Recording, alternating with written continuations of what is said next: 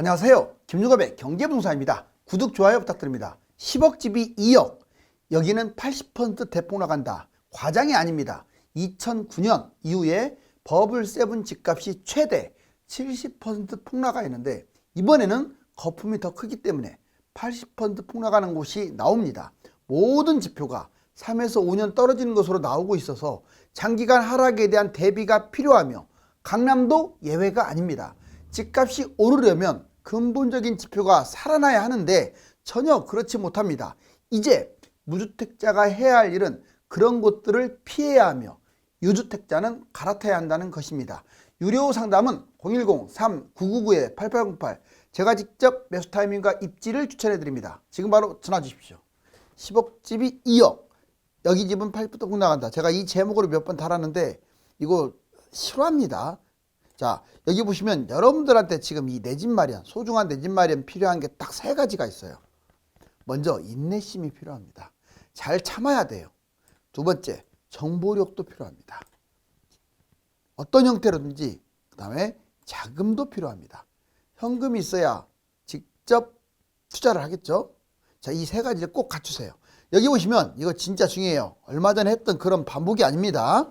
자, 이제 먼저 이 그래프 하나만 보셔도 여러분들이 객관적으로 지금이 위험하구나 이걸 쉽게 이해할 수 있어요. 보실래요? 여기 86년부터 지금 현재 최신까지 나왔는데 자, 빨간색 따라가 볼게요. 자, 올랐다가 좀 떨어졌다가 자, 이렇게 많이 올랐다가 떨어졌다가 올랐다가 떨어졌다가 자, 이렇게 또 올라가는. 근데 여기 A, B, C 보세요.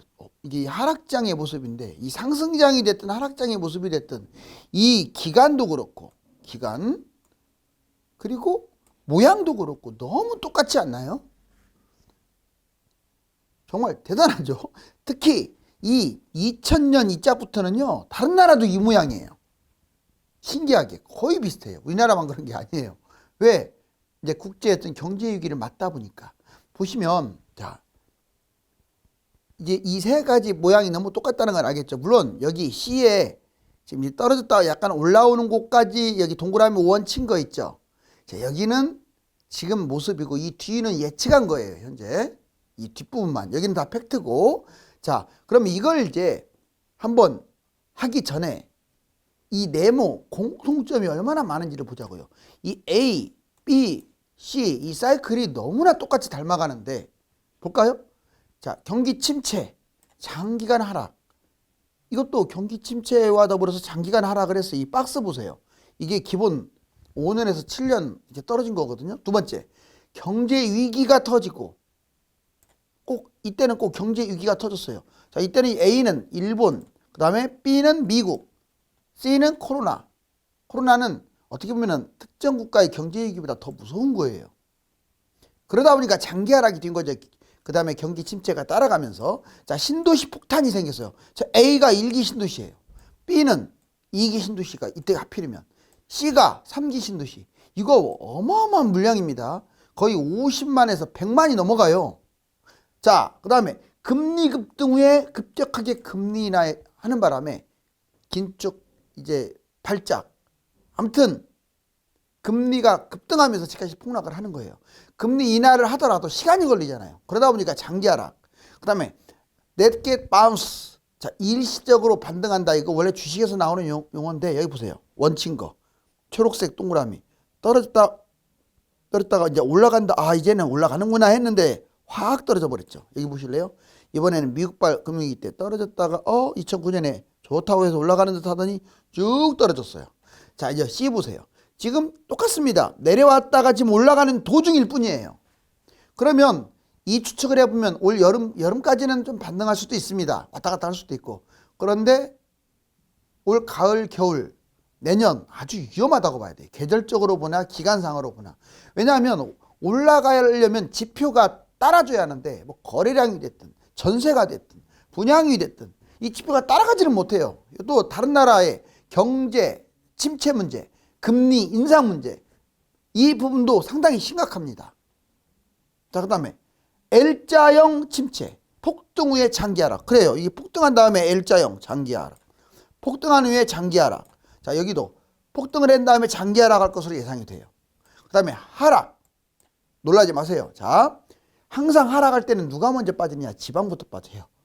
그 다음에 경기도, 그 다음에 서울. 물론 이제 동시에 빠지는 곳들도 있어요. 외곽은. 마지막에 강남이 빠집니다. 그런데 재밌는 게 처음에는 이제 이 순서대로 하락폭이 크다가 한 2년 정도 빠지면 강남도 대폭락해요. 지금 강남은 똘똘한 곳이라고 생각해서 버티고 있는데 과거의 사례를 보면 이때 미친 듯이 떨어집니다. 자, 강남은 언제 빠지느냐? 올 가을부터 미친 듯이. 분명히 표현을 미친 듯이라고 했어요. 자, 이제 10억 집이 2억. 여기는 최대 80% 대폭락한다. 그러면 자, 어디가 위험하냐? 지금 보면 전형적인 하락장 초입. 지가 앞으로 7년은 계속 떨어진다. 뭐 몇 년이라고 이렇게 못 박을 수는 없어요. 저거는 이제 예측이라고 했잖아요. 다만 상당히 확률은 높죠. 자, 먼저 80% 대폭락. 자, 5년에서 10년간 장기 하락하게 되면 이렇게 많이 떨어진 것들이 꽤 나옵니다. 예전에도 70% 분당이나 이런데 용인이나 그다음에 뭐 일산 이런데 70%까지도 대형 평이 폭락한 사례가 많습니다. 여기 보시면 강남도 60% 이상 폭락이 나왔어요. 자, 마이너스 60에서 80 이렇게 떨어진다고요. 웬만한 것들 다. 원인은 저성장, GDP 둔화, 그리고 3기 신도시, 인구 감소 이런 것들이 복합적으로 하락 5에서 20년간 또는 10년간 약 50에서 80% 이거 L자형 폭락이겠죠. 아까 3번 나왔던 거의 다 L자형. 지역은 전국 다입니다. 전국 다. 예외가 없어요. 수도권 외곽이나 지방은 더 위험합니다. 자, 이제 사례 91년 1분 30년 잃어버린 30년 마이너스 50에서 80% 우리나라에서 찾는다면 2013년 그때가 되겠죠. 자, 그 다음에 3년에서 5년 하락 이것도 거의 만만치 않아요. 이것도 거의 50에서 70% 폭락을 가져와요. 반절 떨어지는 것은 그렇게 많지가 않아요. 왜냐하면 급매로 막 매매가 되다 보니까. 원인 지금 세계 침체 고금리 지속 3기 신도시 어차피 똑같아요. 원인은 코로나도 터졌고 하락 4에서 5년 약 40에서 70% 이건 L자형이 될 수도 있고 이제 W자형으로 갈 수도 있는데 뭐 거의 비슷한 모형이죠. 전국 대부분 지역, 광역, 지방 전체. 자, 굳이 꼭 따지자면 이것은 2008년 미국발 금융위기 이후에 대충 한 5년 정도 하락을 했잖아요. 자, 2년에서 3년. 이것도 작게 떨어지지 않습니다. 이미 세종 보세요. 자, 2년도 안 떨어졌는데 반토막 나버리잖아요. 이 기간하고 비례하니까 그래요. 40에서 60%. 자, 원인 집값 폭등 후에 거품이 분기되고 3기 신도시 물량 폭탄이 터지면 자, 2에서 3년만 빠져도 30에서 60% 거의 U자형 또는 작은 L자형. 지금 보시면 자, 이것도 현재 2년 이상 빠진 곳이 아직 없어요. 2년 이상. 이제 세종이 가장 먼저 2년 나왔고 다른 곳들은 없습니다. 이제 2년 차가 접어드는 거예요. 2, 3년 떨어져도 이렇게 추락한다고요. 이번에 2차 폭락하게 되면요. 몇 달만 떨어져도 이렇게 떨어질 것 같은데요. 왜? 1차에서 이미 빠진 부분이 있어서. 자, 지역은 경기 대부분이라고 했습니다. 주로 광역시 지방. 이때는 서울은 좀 빠질 것 같고 경기도하고 광역 지방이 이제 빠지겠죠. 사례 97년 IMF 때 이후 또는 2003년에 일시적으로 빠졌을 때. 자, 이제 여기 보세요. 지역별 예상 하락과 회복, 신고가 기간이 어떻게 걸리는지. 여기 보시면 2022년, 23년, 24년, 25, 26년, 27년까지 이렇게 쭉 해놨고 지역은 핵심 요인하고 강남, 서울, 경기도 지방 핵심 지역, 경기도 지방 대부분 지역 이렇게 해서 4가지로 나눴습니다. 먼저 2022년에 키포인트는 금리 인상입니다. 이것 때문에 지금 하락이라고 다 나와 있죠. 파란색으로. 그런데 23년부터 25년까지는 경제 침체, 세계 경기 침체입니다. 우리나라도 포함되겠죠. 그리고 26년 이후에는 그냥 세계 경제 회복한다라고 보자고요. 대략 이게 어느 정도 맞을 거예요. 그 다음에 3기 신도시 물량 폭탄은 사실상 자, 올 하반기 내년부터 해가지고 28년까지 이어질 겁니다. 이것도 무진장이 집값 하락을 가져오는 영향 요소가 돼요. 자, 강남 보시면 강남은 대략 23년까지는 빠지지 않을까라고 예측이 돼요. 그리고 내년 초까지도 충분히 빠질 수 있습니다. 이것만 빠져도 기본 40%는 하락할 것으로 보여지고 그런 다음에 한 1년 정도 회복하고 자, 그다음에 2~3배 신고가를 찍을 것으로 예상이 됩니다. 강남이라고 다 뛰는 게 아니에요. 강남도 메인 지역이 뜁니다. 자, 서울 40에서 50% 정도 하락. 왜? 하락 기간이 더 길어요. 여기 보시면 거의 24년까지 간다고 봐야 돼요. 그럼 회복도 하려면 좀 더 길어지겠죠. 회복도 1년 반, 2년 가까이 걸립니다. 자, 그리고 2배 신고가 정도 갈 것으로 보여지는데 그게 바로 꼭지가 2027년 뭐 3배까지도 가는 곳도 나오고 한강변 같은 경우. 자, 그 다음에 경기 지방 핵심 지역, 여러분들이 알고 있는 경기도에서 잘 사는 곳들 또는 신도시에서 집값 비싼 것들이 여기에 해당되는데 안타깝지만 얘들은 서울보다 훨씬 더 많이 빠집니다. 50에서 60%. 회복도 시간이 더 걸립니다. 신고가 찍는 것도 많이 안 나올 것 같아요. 가격이나 회복하면 다행. 자, 지방 보겠습니다. 얘들은 하락 기간이 이렇게 더 길죠. 자, 사실상 예전에 경기도 지방이요, 여기서 좀 하락 기간이 5년으로밖에 안 돼 있는데 예전에 10년까지도 안 뛰었어요. 여러분들 한번 기억을 되살려 보세요. 10년간 안 뛰었지. 자, 경기 지방 대부분은 만약 7, 8년 안 뛰게 되면 역시 50에서 70% 하락. 회복하고 끝나면 다행이겠죠. 이렇게 꼭 이 내용도 잘 알아두세요. 이거 지역 이미 다 말해드린 거니까. 자, 한국 경제 총체적 위기가 시작됐습니다. 코로나 팬데믹 이후 경제 위기 이거 대비해야. 이제 서서히 뉴스들이 경제 위기를 대비하라고 지금 말이 나와요. 왜냐하면 우리나라만 문제가 되는 게 아니라 다른 나라도 심각해요. 다른 나라가 터져버리면 같이 터지잖아요. 그런데 우리나라 자체도 녹록지가 않아요. 자, 우리나라 것만 먼저 보자고요. 자, 한국 경제 총체적 위기, 국가적인 위기, 국가 위기, 기업 위기, 그 다음에 가계 위기로 구분할게요. 자, 먼저 국가는 정부 부채가 급증해서 55.3%. 자, 20조나 세금을 덜 걷었어요. 뭐 덜 걷었다기보다도 부족한 거예요. 왜? 더 걷어야 할 세금. 부자들 감세를 하다 보니까, 대기업 부자들 감세를 너무 해주다 보니까 돈이 모자라요. 이 돈 모자라면요, 이제 외환보유고에서 쓰거나 뭐 세금을 걷거나 그러겠죠. 심각합니다. 경제 붕괴 위기. 자, 성장률 1.5가 뭡니까? 이거 계속 내려가고 있어요. 자, 적자. 지금 놀라지 마세요. 작년부터 올해까지 무역 적자가 무려 744억 달러예요. 특히 지금 1분기는 작년 절반 정도의 무역 적자. 속도가 더 가팔라지고 있어요. 지금 아무리 경제가 안 좋다고 하더라도 우리나라처럼 망가진 나라가 별로 없어요. 우리나라가 원래 이렇게 망가진 나라가 아니거든요. 근데 여당 야당은 싸우고 있잖아요. 자, 세계 경제 위기, 금융 불안. 지금 세계가 또 녹록지가 않아요. 금융도 불안하고 지금 미국이 뭐 돈을 갚네 안 갚네 뭐 은행 걸 봐주네 안 봐주네 돈 그 사람들도 모자라니까. 경기 침체, 금리 불안, 이게 지금 산준하고 있어요. 자, 기업 위기. 한계 기업들, 제조업은 27%가 이미 문 닫게 생긴 기업, 서비스업 31%가, 기업 대출 GDP 대비 112%나 되고요. 특히 건설업하고 이금융권 PF가 아마 여기서부터 터질 거예요. 터진다면. 소상공인도 심각지 않습니다. 자, 도산 위험 124만 명이 위험하고요. 1인당 3억 이상의 빚. 정말 심각하죠. 가계 위기, 가계 대출 1757조, GDP 대비 105%, 변동금리가 78.5%예요. 더 놀라지 마세요. 전세풀에서 가계 대출했더니 2925조, GDP에 156. 우리나라만 갖고 있는 이 전세도 대출이나 똑같아요. 전세를 끼고 집을 산 사람들이 대출로 포함되는 거예요. 돈이 없으니까 전세 꼈을 거 아니에요. 자, 가계대출 플러스 전세 플러스 가처분까지 했더니 303.7%. 세계 압도적 1위. 이 빚만 따지면 아프리카보다 훨씬 못 살아요, 우리나라가. 알았어요?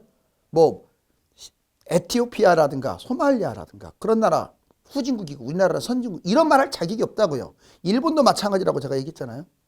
자, 이래야 집값 뛴다. 6가지. 이 상황이 돼야 되는데 이 상황이 되는지 여러분들이 한번 판단해 보세요. 이게 또 하루아침에 되는지. 이거 1년에서 3년 걸려요. 볼까요? 기준금리가 2%까지 내려와야 돼요. 그래야 대출금리가 2, 3%에서 맴돌거든요. 이거 한참 걸릴 것 같은데요. 왜? 정체됐다가 하락했다가 이 기간이 얼마나 소요되겠어요. 그 다음에 성장률이 2% 이상 정상적 궤도 2, 3%까지 와야죠. 경제 성장률. 흑자로 완전히 전환돼야 하는데 지금 흑자는커녕 적자나 좀 축소시켰으면 다행이죠. 경기 침체에서 빨리 벗어나야 합니다. 세 번째, 해외 시세가 2% 상승해야 하는데 지금 다른 나라도 지금 다 망하고 있어요. 미국, 캐나다, 호주, 뉴질랜드, 스칸디나반도. 지금 언급한 나라들이 뛰어줘야 돼요. 우리나라하고 집값이 같이 가니까. 서울 거래가 5천 건 이상이 돼야 합니다. 이것도 3개월 연속 5천 건. 근데 지금 2, 3천 건 가지고 그것도 이번에 대출을 해줬기 때문에 2, 3천 건이 거래가 된 거예요. 정부에서 대출을 해줬기 때문에 특례 대출을.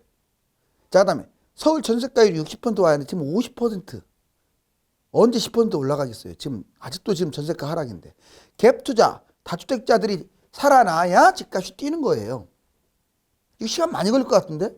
미분양도 3만으로 축소돼야 합니다. 자, 7만 단위, 8만 단위가 3만으로 언제 축소되겠어요? 미분양이 10만까지 갈 것으로 예측을 하는데 이거 3만까지 내려와야 하는데. 자, 어떻습니까? 이래야 집값이 뛰는데 뭐 하나 뛰는 요인이 없죠. 결론적으로는 1에서 3년간 위험하다 이거예요. 부동산 바닥과 꼭지 징조, 부동산 바닥장 이런 징조가 나오면 바닥장이에요. 강남 지역이 대장 아파트들이 뛴다. 강남 지역이나 각 지역의 대장 아파트. 지금은 자 데스켓 바운드다 보니까 일시적으로 뛰다 보니까 뭐 뛰기도 하겠죠. 그렇지만 본격적인 게 아니잖아요. 고점 대비 40에서 60%까지는 떨어져 줘야 돼요. 왜? 거품이 심하니까. 거래 증가, 소형 평형이 빨리빨리 반등. 지방의 못 나뉘는 하락이 계속 돼야 합니다. 얘들이 뛴다는 것은 막판에 뛰는 거니까. 얘들이 거래가 안 돼버리면 안 돼요. 얘들이 거래가 돼야 하락이 된다 이 말이에요. 자, 유망단지 미분양됐던 게 프리미엄이 붙어야 돼요. 팍팍팍. 그래야 집값이 이제 바닥을 다지는 거죠. 다주택자 투자자가 돌아와야 돼요. 뭐 외국인 몇 명 더 매입한다고 될 문제가 아니라 이게 투자자들이 뛰어들어야 한다고요. 정부 부양책 규제 완화까지 다 나와야 하는데 아직은 부양책이 나온 게 아니잖아요. 좀 더 빠지고 이제 나오겠죠. 해외 집값하고 연동되기 때문에 다른 나라 집값이 올라가야 하는데 안 올라가요. 이게 바닥입니다. 자, 꼭지는 소외지역 유각지역 급등, 비아파트, 빌라, 도생, 오피 이런 것들이 뛰었을 때가 꼭지야. 거래 감소, 대형 평형이 뛰면 꼭지고, 지방하고 소도시 한 번도 집값이 안 뛰었던 것들이 막 올라가면 꼭지고, 고분양가 급증, 신도시 폭등하면 꼭지고, 다주택자 투자자들이 확 줄어들면 꼭지고, 정부 규제 강화가 최고치에 달하면 꼭지고, 해외 집값하고 연동해서 해외 집값이 떨어지면 꼭지예요. 연도별 주택거래량 10년 전과 비슷합니다. 자, 여기 보시면 이게 거래량이에요. 파란색이. 자, 이게 이 꼭지에서 내려왔다가 이게 금융위기 때문에 다시 또 올라갔다가 이번에 현재 여기입니다. 근데 좀 이게 반등하고 있죠. 거래량이 약간 이렇게. 근데 이 정도 선까지는 와줘야 하는데 여기는 지금 못 오고 있어요. 여기서 조금 올라왔죠. 이거 보시면 알 거예요. 자, 이거 얼마 전에 꼭지 찍었을 때 21년. 거기서 쭉 내려왔다가 좀 살아나는 듯 하더니 또 내려왔어요. 그리고 이금융권 연체율, 부실채권, 부동산, 하방 압력지수, 국내은행 연체율 좀 늘어났죠. 21에서 0.25. 상호금융은 상당히 위험합니다. 1.17에서 1.52. 자, 저축은행은 더 심각하죠. 2.50에서 3.40. 그 다음에 3개월 이상 연체된 부실채권. 상호금융 늘어났고 저축은행도 늘어났어요. 국내은행은 좀 줄어들었고. 자, 부동산 경기 L자형 연착륙 가능성이 높다라고 아예 나와 있는데 보시면 이때 옛날에 2002년 이제 쭉 떨어졌다가 어떻습니까? 미국발 금융위기 때. 자, 압력지수 쭉 올라왔다가 쭉 내려왔죠. 자, 어떻습니까? 지금 또 모양이 똑같지 않나요? 이렇게 하락장하고 이게 또 이렇게 출렁거려야겠죠. 몇 번은. 자, 이제 아파트 공시가 하락, 전세가 매매가 역전. 공시가가 제일 많이 빠진 게 세종 30%, 나머지도 18에서 20. 이 공시가격 하락은 안 좋은 거예요. 왜냐? 집값이 떨어진다는 뜻이에요. 공시가격을 하락시키면 집값의 방패막이가 사라지는 거죠. 세금은 들릴지 몰라도 거기에 맞춰서 또 집값이 따라가겠죠. 그러면 또 공시가 또 한 번 더 인하하겠죠. 자, 전세가 매매가 역전됐습니다. 이런 빌라 오피스텔이 수두로 가다 보면은 자, 아파트 보세요. 전국 73.3, 수도권 69, 서울 61. 자, 그다음에 지방 77. 자, 이거는 지금 서울이 62로 나왔는데 지금은 이제 50%예요. 좀 얼마 전 거예요. 지금 기하급수적으로 빠지고 있다는 거예요. 강남이 40%고 잊지 마세요. 그런데 이제 여기서 하고자 하는 말은 연립 다주택입니다. 다 80이 넘어가죠. 즉 빌라라든가 다가구라든가 다세대 이런 거 단독이라든가 이런 거 절대로 전세 들어가면 안 돼요. 전세 들어가지 말고 전월세로 들어가세요. 자, 이제 강남 전세가 급락, 매매가 2018년까지 빠질 수도. 여기 보면은 전세 자금 대출 진짜 많이 늘었네요. 여기 보면 23조가 193조. 그리고 전세 대출이 10%밖에 안 되는데 이게 38%까지 뛰었어요. 쉽게 말해서 전세 사는 사람의 대부분이 평균치가 자 40%가 빚입니다. 전세값이 자기 돈이 아니라 이 말이에요. 40%가 빚이에요. 전세 사는 사람조차도. 그러면 집 있는 사람은 또 대출 받아서 집을 샀을 것이고 전세 사는 사람들조차도 40%가 빚이면 자, 빚 천지라는 얘기죠. 여기 보시면 반포 아파트 하나 보여드릴게요. 꼭지 찍었네요. 그런데 이 전세가가 여기까지 떨어졌어. 언제까지? 2018년 수준으로. 전세가가. 거의 11억, 12억으로 떨어졌네요.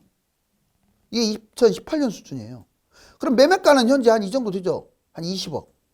말도 안 되죠. 전세가는 떨어졌는데. 그럼 이게 1, 2년 더 빠지면 어떻게 되겠어요? 전세가가 올라갈 리는 없거든요. 여기서 맴돌거나 그러지. 매매가 이대로 따라옵니다. 여기까지. 내년에 이런 짝이 날 가능성이 커요. 강남.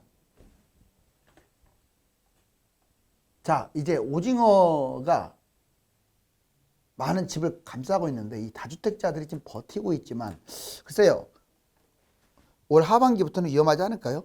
누구나 내가 살고 있는 집이 제일 좋다고 말합니다. 그렇지만 내 집값이 오르지 않으면 물가 상승으로 30% 손실을 본다는 사실을 아셔야 합니다. 감사합니다.